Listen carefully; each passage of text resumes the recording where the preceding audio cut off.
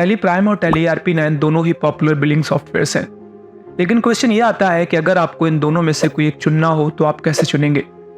चाहे हम बात करें इंटरफेस के बेसिस पे, चाहे हम बात करें प्राइसिंग के बेसिस पे, चाहे हम बात करें सिस्टम रिक्वायरमेंट के बेसिस पे।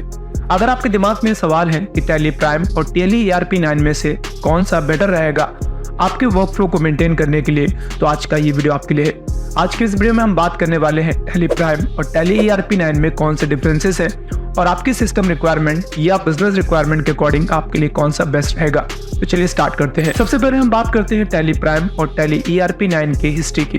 टैली प्राइम और टैली ERP9 दोनों को ही टैली सॉल्यूशंस ने डेवलप किया है, जहां टैली ERP9 को 2009 में डेवलप किया गया था। इसका फोकस प्राइमरली अकाउंटिंग एवं टैक्सेशंस के साथ साथ इन्वेंट्री मैनेजमेंट पर था। वहीं 2022 में टैली ERP9 का ही सक्सेसर टैली प्राइम है, जिसको डेवलप किया गया और भी कई सारे ऑप्शंस को ऐड करते हुए, कुछ नए फीचर्स को ऐड करते हुए। अगर हम बात करते हैं टैली प्राइम और टैली ERP9 में सिस्टम रिक्वायरमेंट्स की, तो टैली ERP9 की सिस्टम रिक्वायरमेंट बहुत ज्यादा नहीं है। ये एक लो लेवल पीसी पर भी स्मूथली वर्क करता है। लेकिन अगर हम बात करते हैं टैली प्राइम की, तो टैली प्राइम की मिनिमम रिक्वायरमेंट है सिस्टम की कम से कम रैम 4 GB होनी चाहिए।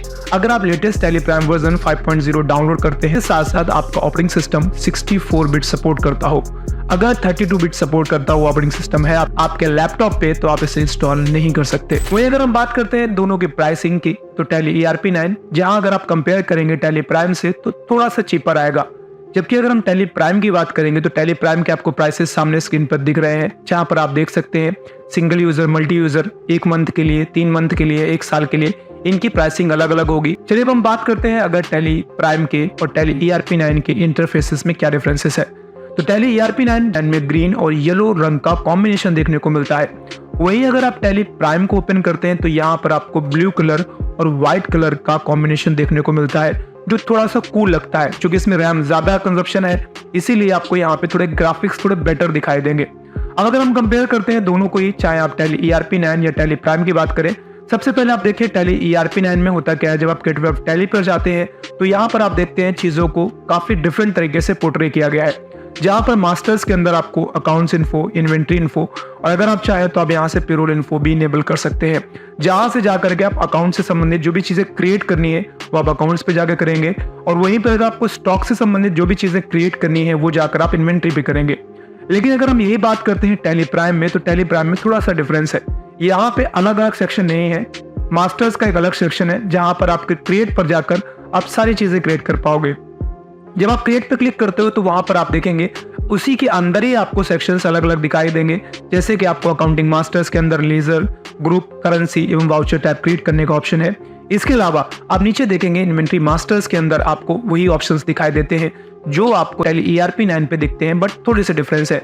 यहाँ पर अगर आप बाहर गेटवे ऑफ टैली पर आएंगे, तो मास्टर्स में आपको चीजों को क्रिएट करने के लिए क्रिएट ऑप्शन दे रखा है।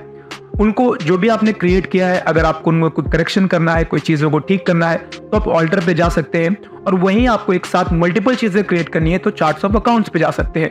वहीं अगर हम टैली ERP9 की बात करेंगे, तो अगर आपको कोई भी चीज क्रिएट करनी है या फिर आपको उसको ऑल्टर करना है, तो आपको उसी ऑप्शन के अंदर जाना पड़ेगा। जैसे एग्जांपल के तौर पर अगर मैं अकाउंट्स इन्फो पे जाऊंगा, तो यहाँ पे आपको लेजर्स और ग्रुप दिखेंगे।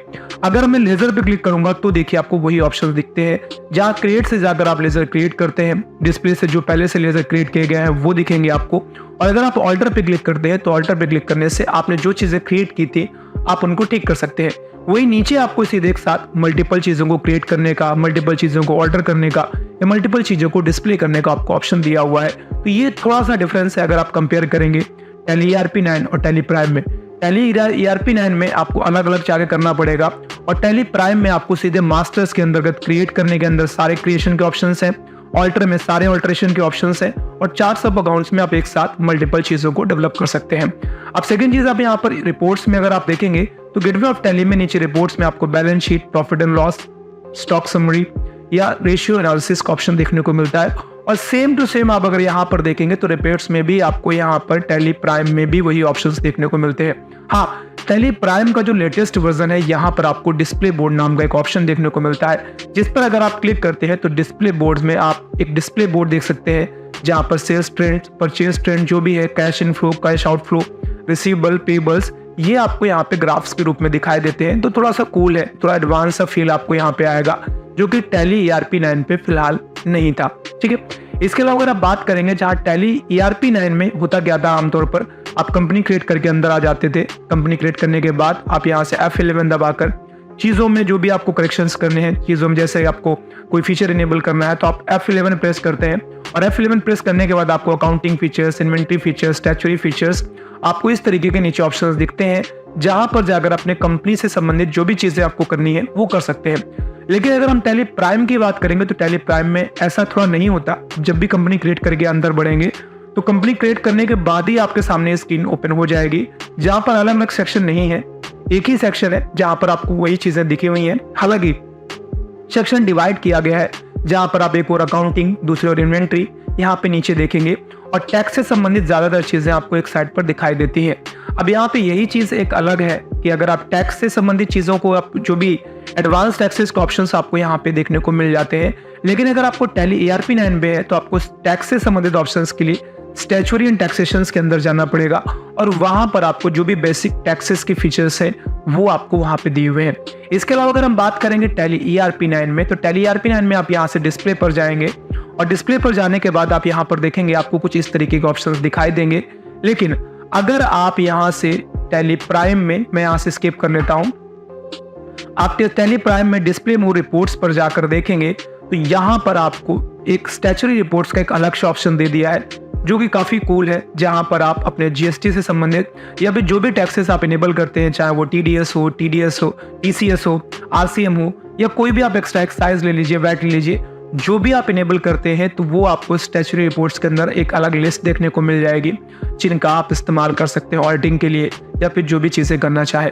दोनों ही सॉफ्टवेयर काफी अच्छे हैं, काफी कूल है। पहले ERP9 में अगर आपको एंट्रीज को पास करनी होंगी तो यहाँ पे दो ऑप्शंस दिए हुए हैं, एक है अकाउंटिंग वाउचर्स का, दूसरा है इन्वेंट्री वाउचर्स का। यहाँ पर आप अपनी चॉइस के अकॉर्डिंग आपको गुड्स की एंट्री पास करनी है, अब इन्वेंट्री वाउचर्स पे जा सकते हैं।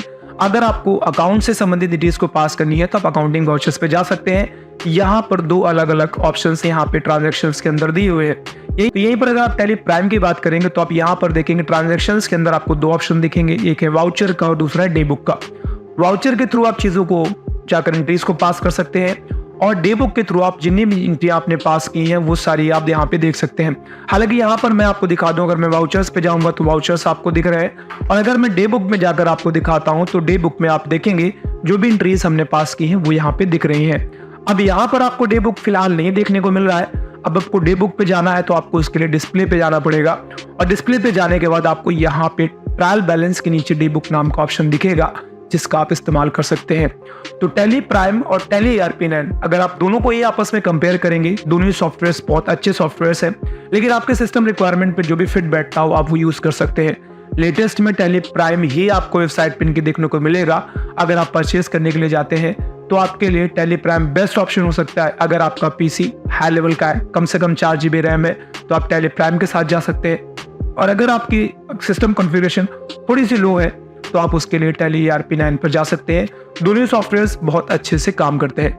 होप सो आपको ये वीडियो पसंद आया होगा। वीडियो पसंद आया वीडियो को लाइक कर दीजिए, चैनल को सब्सक्राइब कर दीजिए, बेल आइकन पे हिट कर दीजिए। जल्द मिलते हैं, अपना ख्याल रखिए, बाय बाय, टेक केयर।